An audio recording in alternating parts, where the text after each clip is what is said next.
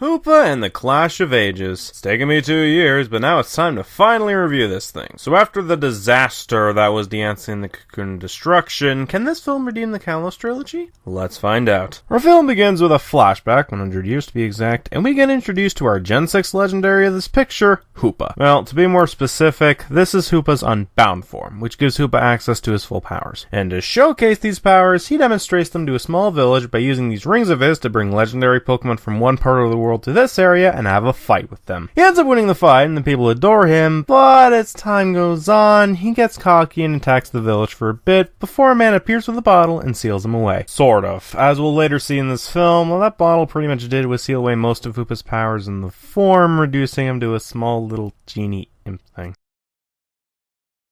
Are you fucking for real? We then cut to present day, where the great-grandson of the man who sealed most of Hoopa away, named Baraz, arrives at the area this bottle is housed in and decides to take it. But as soon as he touches it, he gets infected by the Hoopa inside the bottle and it ends up controlling him. We then cut to Ash's group relaxing at a villa for a bit before a ring pops up next to Ash and drags him through it. And now we meet the restrained Hoopa, who can still use his rings to bring objects from one part of the world to his area, but now he has a childish personality after over 100 years and can't travel through his own rings. The two introduce themselves for a bit before Hoopa has some fun with Ash by bringing in Pikachus from other parts of the world. After that, we get introduced to one of Hoopa's guardians and the great-granddaughter of the man who sealed most of Hoopa away, Murray, who tells Hoopa to stop this game, and he does so, with help from Ash. Eventually, Hoopa brings in the rest of Ash's group, and they make their way to the city, which is actually the village from 100 years ago that Hoopa nearly destroyed. But speaking of destruction, Baraz shows up and opens the bottle, freeing the Unbound Hoopa form and giving Hoopa its power back, but then proceeds to go on a rampage because conflict. Not that it really matters anyway, because they somehow managed to seal the Unbound form back in the bottle, and Clement then proceeds to use an invention of his to carry the bottle without letting it infect him. You know, for a bottle that's supposed to contain the power, it really sucks at containing it if it's able to infect people with these. Just saying.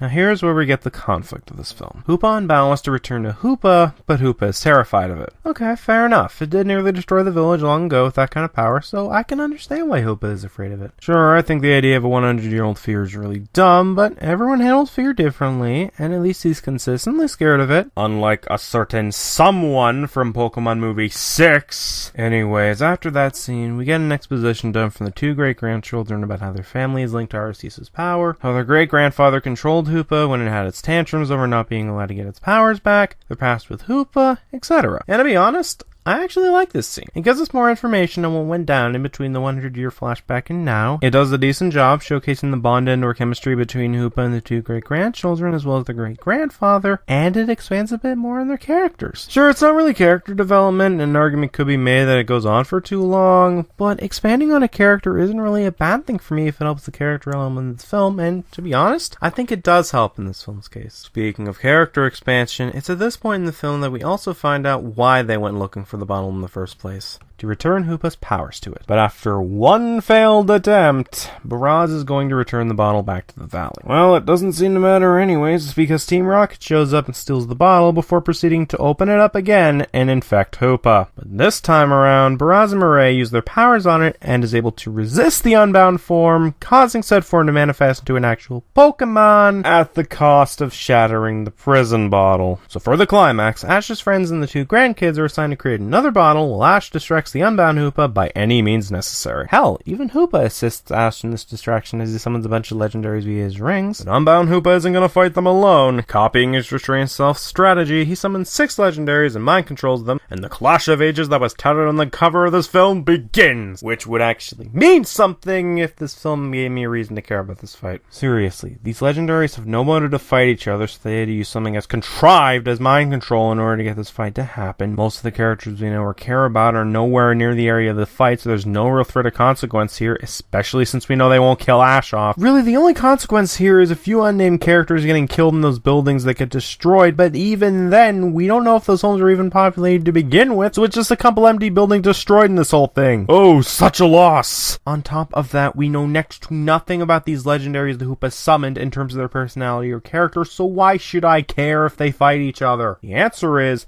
there is none. Just to waste time. Oh, and serve as the reason for a really dumb plot point near the end. So they fight. Ash's friends and the two grandkids successfully make the new bottle, but appears to have made the same mistake as their great-grandfather, because as soon as they seal up Unbound Hoopa again, and after Baraz drops it like a dumbass, Ash catches it and gets infected by the creature.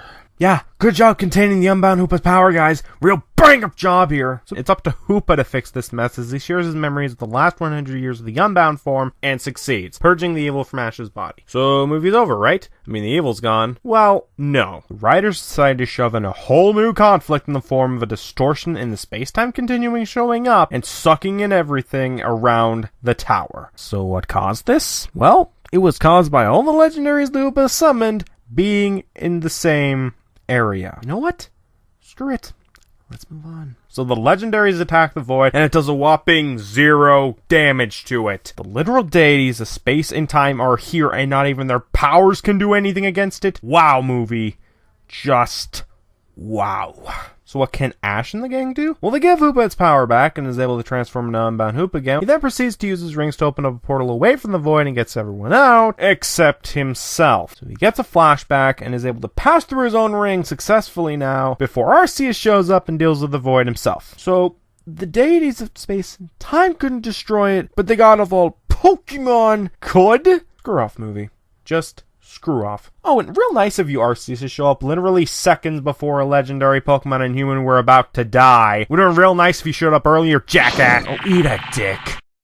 So the conflict is now over, the legendaries leave, and the film ends. The end. Roll credits. Bloody hell, that last act was shit. So yeah, as a story, it was honestly meh to me. While I did like the first 2 acts as well as the bond between Hoopa and the group, and the fact that Ash's group got to contribute in the climax, the final act was where things really fell apart in my humble opinion. I already bitched about the fight in enough detail, so I won't repeat what I said about that here, but that final conflict with the Void was absolutely idiotic. Arceus showing up felt like a waste, and even the legendaries were wasted here. Oh, and by the way, how does Ash know what attacks these legendaries can use? If these movies aren't connected to each other, say for the Diamond and Pearl trilogy, then Ash should not remember these legendaries at all. So again, how does he know what moves these legendaries can use? This is never explained. Unless they are the same ones from the earlier movies. But then, how come Latios is here when he died in Pokemon Heroes? And how come Ash doesn't remember most of them? And how did Hoopa summon Dialga and Palkia when in movie 12 it states that they are in different dimensions? And now my head hurts. Point is, this final act was absolute dog shit for me. As for the characters, they're okay. I do like that Ash's group got to contribute in the climax. I thought Hoopa, Baraz, and Murray were okay characters, and I liked the backstory with Hoopa. And I thought Team Rocket was also okay in this one. However, I did not like Unbound Hoopa since it came off as a pretty bland character here, and the legendaries were also pretty flat in the character department. As for the animation department, I think the film did a good job in this department once again. The character models are really good, the lighting and coloring is done really well, the best example I can think of is during the villa scene near the beginning of the film, and hell, despite my issues with the fight scene in the climax, even that fight scene had some really good animation to it. But as for the music, once again, I think it fails here. I'm sorry, but a lot of the soundtrack in this film doesn't really stick out to me and sounded really generic in my humble opinions, save for the opening and ending. But now I think it's time I wrap this up. Overall, Hoopa and the Clash of Ages is not that great. Well, I thought the story was just okay, and the animation was really good. The final act of the story, as well as the terrible soundtrack and okay cast of characters, really soured the whole experience for me. It's certainly better than the Yancey movie, but only by a bit. So that concludes this review. I'm the Mounty, and next time we meet, I'll be looking at the volcano. You know what? No, let's not do that next time. I still have 3 specials I promised a year ago that are tied to the series, and I'm going to cover those first before finishing up the Pokemon movie marathon. So next time we meet, I'll be covering Mewtwo Returns, Mastermind and Mirage Pokemon, and Pokemon Origins in one video. Yep, you're getting a triple feature for this one. But until then, take care everyone.